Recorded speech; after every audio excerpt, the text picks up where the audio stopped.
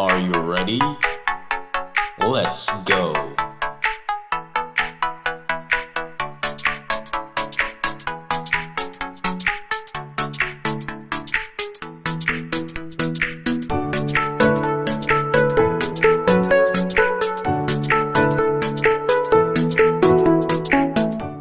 Hey, 5 years, it's your boy Jesse here, and today I have a very special guest with me. It's Arielle Pierre. Arielle, welcome. Hi. Welcome. And Arielle, if you can't see, she's an amazing singer. She can also play several musical instruments, and that is why I brought her on today. We're going to talk about, what it's like to be a worship leader, because you're a worship leader in your church.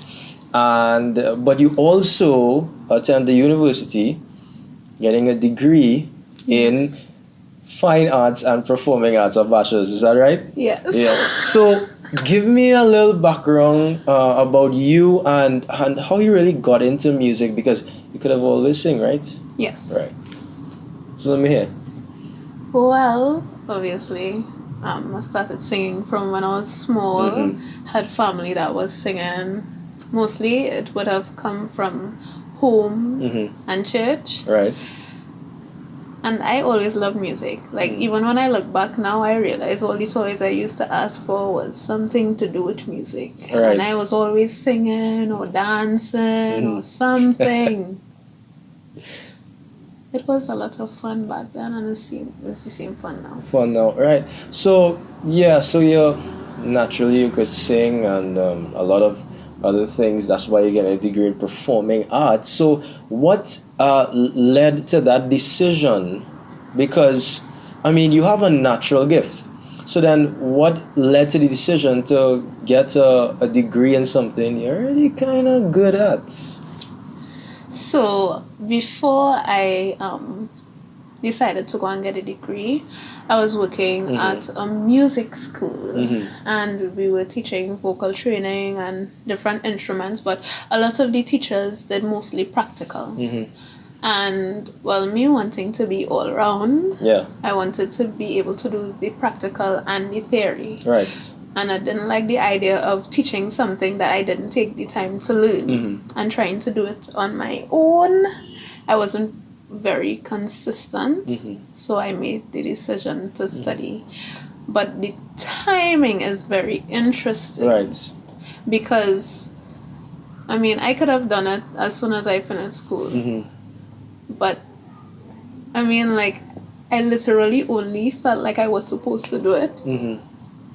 When I decided to do it. Because you're doing it, how many years now you've been there? It's almost 2 years. 2 years. So as a year, and I'm into the second semester for this year. And so you've been into that 2 years.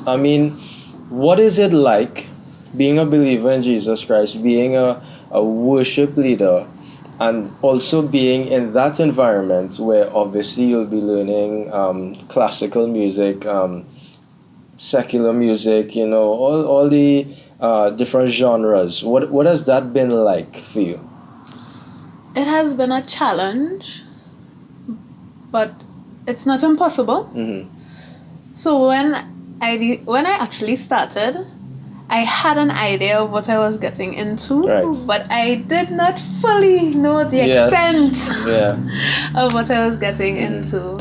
It takes up a lot of time. It's very time consuming. And because for musicians in particular, music is their craft. Music is our craft, I should say. They love to invest their time in their craft to make sure that it becomes the best. I love my craft, and I want to also, bring it to a place of excellence. But even when I started, it was always with purpose in mind, and where God was leading me and directing me. And obviously, being a worship leader, I had to be very careful from the get-go. Yeah, well, let's go into that, right? Because it's a case where, yes, you have to you'll have to learn certain songs for your classes and for exams and stuff like that. But then you also have to tap into the supernatural and tap into the spiritual realm to hear, the new songs for yourself in worship and listen to songs to lead worship in church. So, I mean, is there a way that without compromising, switching on and switching off in the moment? You understand what I'm saying? Like you're learning one thing for school, but then you have to come for church and you have to lead worship. In the beginning, it was a kind of trying to switch from school mode to coming to church, and it was uncomfortable because, I mean, worship is a lifestyle. Yes. So when I was in secondary school, I didn't pay that much attention to school. I didn't give it as much emphasis because I was always more focused on anything to do with God. Right. But wherever God was leading me, whatever was happening in terms of that. Right. When I started university, I was at a place where I was like, okay, I don't want to do exactly like school because I'm more mature now, which means I have to be a little more disciplined in how I approach what I'm doing. But I probably overdid it just a little bit because, I wanted to make sure that I was getting all my work done, staying on top of everything. But if it is I had to do that, compromising, getting to spend time in my word and in prayer and just, worshiping on a regular basis, it was becoming very, very strenuous. It was becoming very difficult. It almost felt like I was going crazy. Yeah. So let's go into that last aspect you talk about a little bit, where yes, God gives us that gift, and yes, you could come and sing, but the worship has to be, it has to be anointed. It can't just be you're singing, it has to be, because as a worship leader, you are you're like the gatekeeper for how the tone of the service is set, like the Holy Spirit is going to decide to come depending on how the people worship.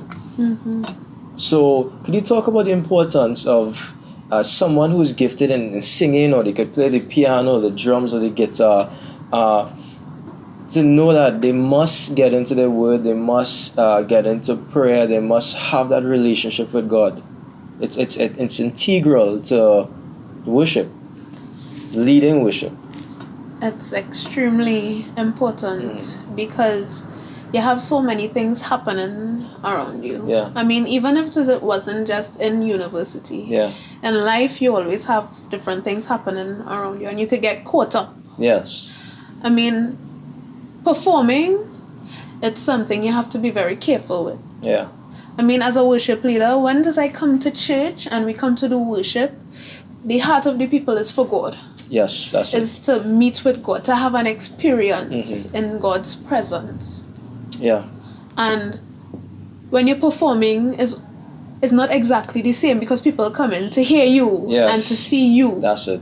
And that has been the main difference for me, because even when I sing or perform, I don't necessarily call myself a performer. Right. Because I'm more concerned about,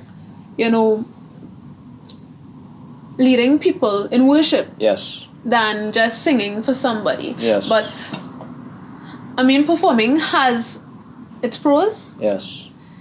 Or its purpose. Because when I wrote my songs and I started performing them in various places, people would come and they would still tell me that even though I'm performing or I'm singing, is something different. It always have something different. Yeah. And I would always wonder, what is this difference that they keep talking about? Because I'm like, it have this person singing and that person singing, and I'm like, some of them sing better than me. Yeah. And all of these things, then it helped to humble me, but it also helped me to know that I had something that was priceless, something that was precious, that I didn't want to lose, that I didn't want to give up. Because I didn't want to be somebody that was just another singer or Yes. just another performer. It's not just about, okay, people love to say that music is to carry people on an emotional journey. But it's not just that. It's not just about emotions. I mean, there's so much more depth Yes. to it than that. And if I'm taking the responsibility of carrying someone somewhere, why not into the presence of God? That's it. I mean, that's a responsibility in itself. Well, let me just I want to go back because there's something that has been happening recently, and I mean it would happen ever so often, but worship leaders, Christian singers have been using the platform of secular singing shows and getting nominated for certain secular awards like the Grammys, and going on certain shows like The Voice, or they would go on American Idol and stuff like that. What do you have to say about that? I mean, is that something that, because there's two sides to it, right? There's the side of, I'm using this as a platform to spread the gospel of Jesus Christ. I'm exposing people to worship music, Christian music. But then there's also the side of, I'm a singer and I want to get in front, an audience where they applaud what I do instead of applaud what I represent.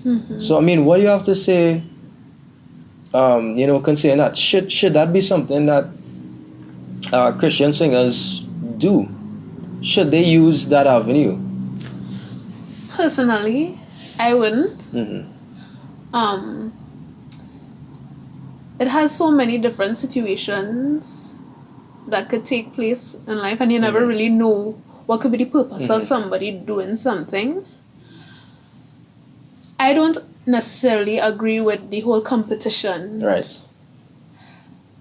I know a lot of people say, well, they go in so they could spread the word or spread the gospel, but I believe it has a lot to do with heart, and also if it is you're actually following what God has instructed you to do. Because you have a lot of people that just going on and saying, well, spreading gospel, but how much time did they even take with him to build up themselves? Right. Because to go into that arena of performance, it has so many things that you're battling with spiritually. Yes. It has so many things that, I mean, it's not small games that you're playing. It have a lot of compromise that will be asked. And have you come to that place where if somebody tells you, well, you have to compromise this part of what you believe to be on this stage, you're gonna say, well, I'll compromise it for now. God will understand. Or will you stand? And how do you know that? Okay, at this, I know that you wouldn't always know what is the best decision to make.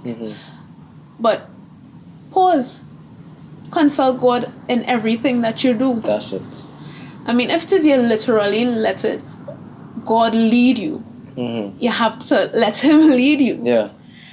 And I believe that a lot of people have gotten caught up in, okay, I will go and maybe God will follow me.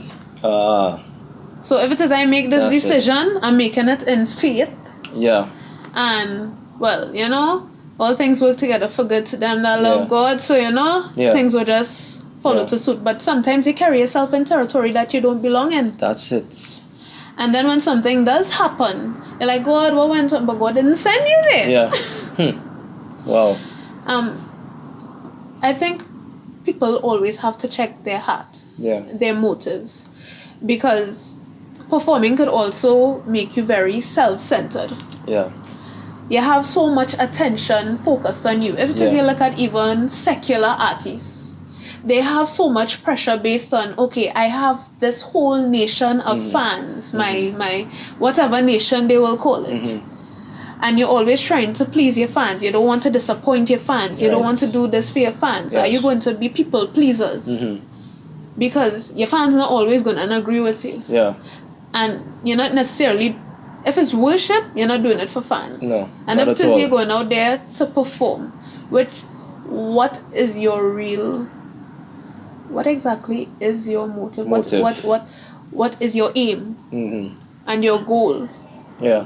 When you go out there, do people know more about you, what you have on, all the things that you have in your house, That's it. everything that's going on in your life, That's your it. family?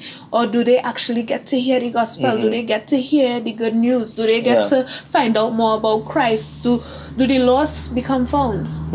Wow. I mean, so we see the importance of a worship leader. We see so many aspects in which they are influencers, in which they are leaders. So I mean, we're gonna have to bring you back for a part 2 because there's so many things I want to touch on. I mean, like even the way worship leaders are dressed, because you touched on that a little bit, where where people are dressed, because they really.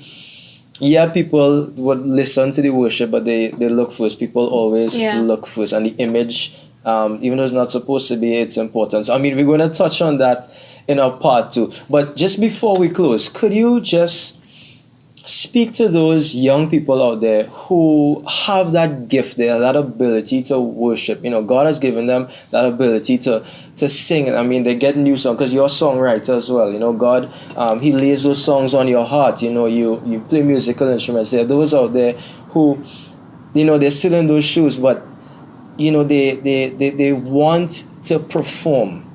They want to perform. When God wants them in that place where they're in the house of the Lord and they're worshiping. So could you just speak to those young people out there who really need to just grasp out understanding that it's the reason they have that gift is not for themselves, but it's to give to others. Okay. God is the one who gives us gifts. And as much as, you would see things around you. Everything that you see around you, you grow up with, tends to influence your decisions and sometimes even your desires. That will also speak to why it's very important to be in your word and to be in prayer, because if you surround yourself with prayer and the word, that will influence the direction that you go. In terms of if it would be performance or if it would be worship. Because if it is your desires to please God in everything that you do and in your lifestyle and in everything that you have to offer, then you will have an even greater understanding of the worth of what you have. Yes. And you would be very careful with what you do with it, understanding that, God is holy. Yes. And He has called us to be holy. Yes. To set ourselves apart and aside, to be different. Yes. Which is not always easy, it's not always comfortable. It's not always our favorite thing. Yeah. But when you submit to the will of God, you start to understand. God starts to reveal. You get that kind of relationship with God, and it only gets stronger and stronger. And you start to understand the purpose for why you're doing what you're doing. You start to understand why you were created. Yes. And when you have the one that created you guiding your decisions, you know where you're going. Because if somebody designed the car, they know what the car is supposed to do. Amen. So who else would you trust to tell you what the car is supposed to do other than the person that designed the car? Yes. And God is the one who designed us. And it might not be singing or music for somebody else, but whatever God designed you to do, He will lead you and guide you as to how to do it. Yes, so you always have to create that foundation and that platform. Always give Him room to lead. Yeah. Wow. Arielle, it's been a pleasure to have you on, and we'll have you on as soon as possible. So look out for that episode. Thank you so much to Arielle for being here. It's your boy Jesse J. Tune in next time. Bye. Bye.